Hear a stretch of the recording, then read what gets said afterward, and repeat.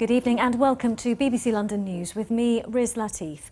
We start tonight with the revealing emails that show transport bosses were warned about speeding by a commuter the week before the fatal tram crash and that they had promised to fully investigate the claims. BBC London has seen the correspondence in which she expresses deep concern that the tram she was on was travelling too fast on a corner.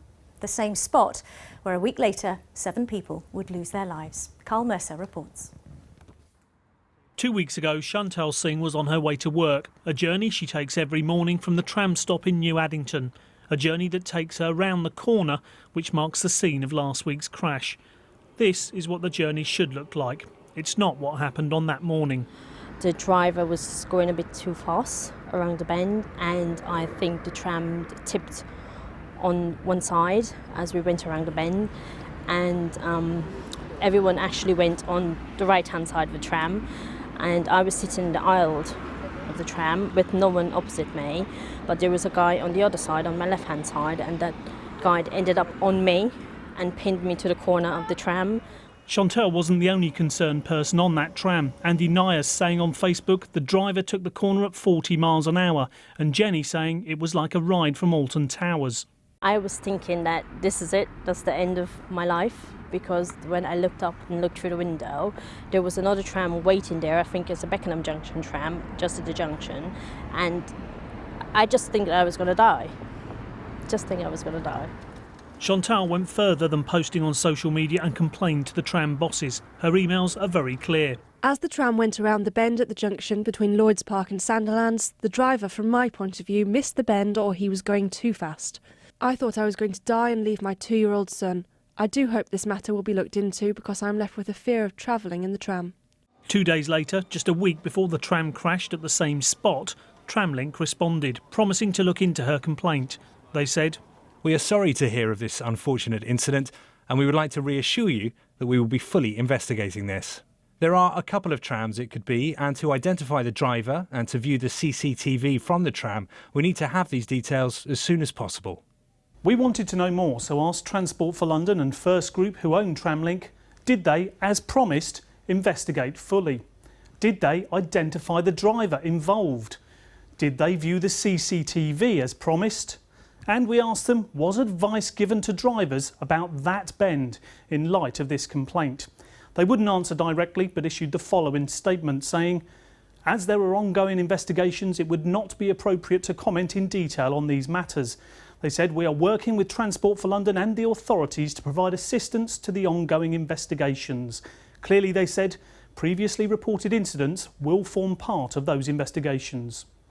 It is shocking. It's very shocking and it's very sad. Very sad. Because we wake early in the morning to go to work. Yeah, it's very sad. We understand the driver in the first incident wasn't the same as the one involved in last week's crash. Karl Mercer, BBC London News. Well, today test trams began running again on the stretch of the line where the crash happened. And the area's MP, speaking in the Commons, has promised a full and detailed investigation. Here's our transport correspondent, Tom Edwards. These test trams this morning passed over the exact place where the derailment happened. Engineers brought the tram to a stop on the tight bend. Investigators have said it was at this point last week that the tram was going too fast and derailed. As yet, it's not clear why. Today, the tram crash was raised in Parliament. When we say goodbye to our loved ones each morning, it never crosses our mind that we may not see them again. 7 families are now having to face that terrible reality, and others will only return to their loved ones after a lengthy stay in hospital and with life-changing injuries. It's imperative for the operator and those conducting the inquiries ensure that even interim findings are translated into immediate action to provide the necessary reassurance that any further such incidents can be averted. The Commons also heard that 2 of their chefs had been injured in the crash, and it was confirmed speed on the bend, also raised by constituents to local MPs, would be part of the investigations. The RAIB have been very clear that they want anybody who has any evidence, either specifically to the accident that took place on Wednesday morning or more generally concerns about the operation of the system, they want to hear that evidence. And I would encourage anybody that has such evidence to put it forward. The derailed train has now been moved to Farnborough for further examination. Today, safety bosses said all information will be taken into account. In my 8 years in this role, this is by a significant margin the most serious incident and accident in terms of fatalities. So we owe it to the families of those affected by this tragedy to ensure that a rigorous investigation takes place and lessons are learned. Many in Croydon want answers, but 3 investigations will now take many months before there are definitive answers as to why this crash happened. And Tom joins us. You've been following this closely. Difficult questions, though, for transport officials regarding those warnings from commuters that we heard about in Karl's report. I'll go further. I think they're extremely difficult questions. Crucially, could the operator and TfL do more to deal with speeding? At the moment, we just don't know the answers to that. We won't get those answers for many months. But now we've heard from 2 separate people who say they reported drivers speeding on that bend where the derailment happened. Also interestingly today, we've also heard that the interim safety report will be published on Wednesday. That could make these urgent safety recommendations. I think feasibly that could include further speed restrictions on that bend going into Sandilands station where this derailment happened.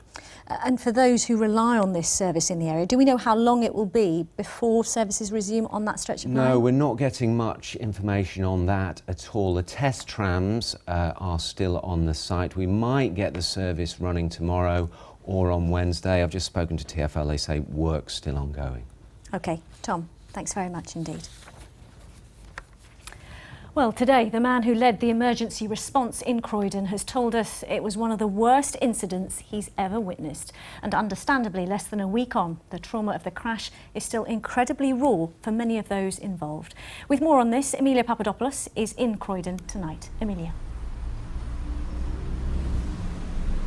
Yes, Riz, well, you can see from the number of tributes here just how much this tragedy has affected Croydon. There are hundreds of flowers, football flags, scarves, candles, and also messages. One just beside me here that reads simply, tears and devastation. And that really does sum up how people here are feeling.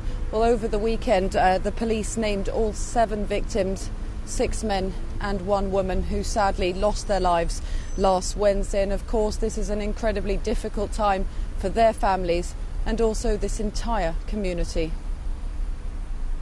5 days on, and the reality of what happened here in Croydon is still sinking in. Many still in shock that an accident of this scale could happen on the tram system they use every day. The man in charge of the rescue operation today said it was one of the worst incidents he's ever witnessed and described the moment he arrived at the scene. The emergency services were working really hard just to get control back on what was, as you might understand, a really chaotic scene at that point. We still had live electricity involved. You've obviously got very, very large pieces of transport infrastructure that are now in an environment that they're not meant to be, i.e. on their site. There's obviously sharp edges, there's a lot of debris. Within the first couple of hours, we had everyone out of there who was savable. And actually, it was all about then aiding our colleagues in the other services to undertake the recovery phase. In other words, recovering the bodies, unfortunately, of those people who had been killed in the safest and most dignified way possible, because that is really important for the families of those people. It's clear that this tragedy has had an impact on so many people. Those, of course, involved in the accident, friends and family of the people who lost their lives, residents whose homes overlook the scene, and of course the emergency services who have to come to terms with what they've seen. And it's now vital that anyone who needs it gets the right support. One charity is already providing that support to members of the emergency services and some of the families who've been affected, but say their work has just begun. Although somebody may feel, I'm all right today, in a week's time, a month's time, 6 months' time, things may be different for them. They may have a trigger that sets them off, sets their emotions off, and they just need to know that there is somebody there that they can pick up the phone to or have a coffee with, just sit down and talk things through. It could take months for the crash investigation to provide answers. What is certain at this stage is that Croydon has come together, and people here will continue to support each other through this traumatic time. Well, as we heard there, now it's really vital that anyone affected does get the support they need, and we often underestimate how much the emergency services need that emotional support, because no matter how much training they go through, they can never really prepare for the reality of an incident like this one. And today the London Fire Brigade told us that it and the British Transport Police and London Ambulance Service had all offered counselling to all their members who were involved in this incident. Riz. OK, we'll leave it there for now. Emilia in Croydon, thank you.